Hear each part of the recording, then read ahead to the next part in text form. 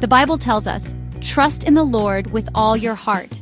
This simple yet profound command invites us to place our complete confidence in God, who knows all things and holds the universe in his hands, and lean not on your own understanding. In all your ways submit to him. This means acknowledging that our human wisdom is limited and often flawed. By surrendering our plans and desires to God, we open ourselves to his perfect guidance, and he will make your paths straight. Proverbs 3:5-6.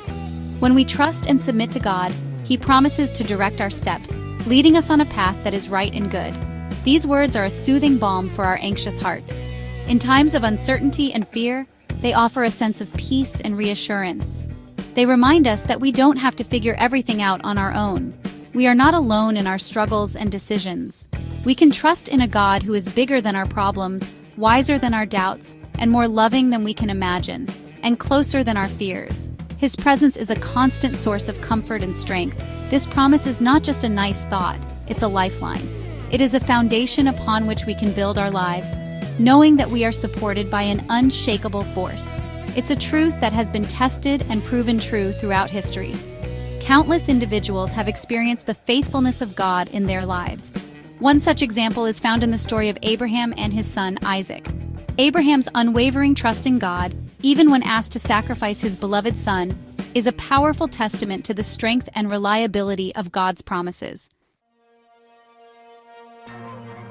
Abraham, the father of faith, faced a dilemma. He was a man of great conviction and deep belief, yet even he was not immune to the worries that come with parenthood. He longed for his son Isaac to find a wife, a partner who would not only share his life, but also his faith and values. A woman who would share his faith and build a family that honored God. This was not just a matter of personal happiness, but of spiritual legacy. But finding the right person felt like an impossible task, a daunting challenge that weighed heavily on his heart and mind. It was a heavy weight on his heart, a burden that seemed to grow with each passing day.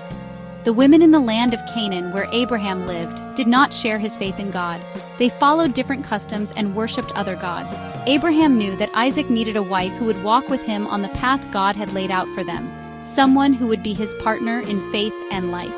Abraham worried about his son's future. He pondered and prayed, seeking guidance and wisdom.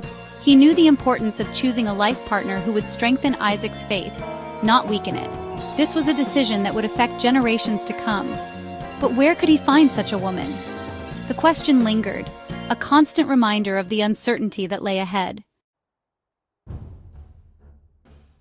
Instead of letting worry paralyze him, Abraham decided to trust God. He called his most trusted servant and gave him a crucial mission: travel back to Abraham's homeland and find a wife for Isaac.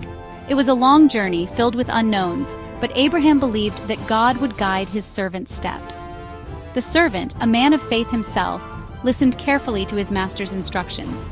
He knew the importance of this task and set off with a heart full of hope and a prayer on his lips. A prayer at the well. The servant traveled for many days, crossing vast deserts and ancient cities, until he finally reached the city where Abraham's relatives lived. The journey was long and arduous, filled with the challenges of the harsh desert sun and the cold nights. Yet he was driven by a sense of purpose and faith, knowing that his mission was of great importance. He stopped by a well, a place where people gathered in the evenings to draw water and share stories of their day. As the sun dipped below the horizon, casting a golden glow over the landscape, he prayed a simple, heartfelt prayer. He sought guidance and a sign from God, hoping that his journey would not be in vain. He asked God to reveal the right woman for Isaac through a specific sign. His prayer was filled with sincerity and trust, believing that God would lead him to the right person. He knew that this task was not just about finding a wife for Isaac, but about fulfilling a promise and ensuring the future of Abraham's lineage. He would ask a young woman for a drink of water, and if she offered to water his camels as well, he would know that she was the one. This sign would be a testament to her kindness and willingness to go beyond what was asked of her, qualities that were essential for the wife of Isaac. As the sun began to set, women came to the well, their clay jars balanced on their shoulders. The well was a hub of activity, a place where the community gathered and socialized. The servant watched intently, his heart filled with anticipation and hope.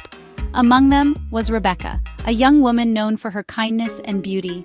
She approached the well with grace, her presence radiating warmth and compassion.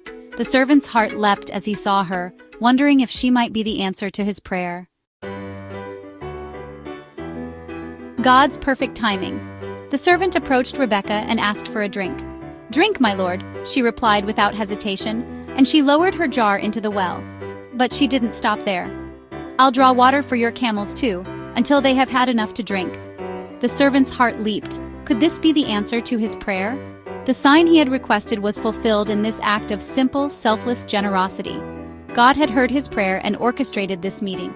He shared the story of his master Abraham and his son Isaac, and Rebekah's family welcomed him into their home.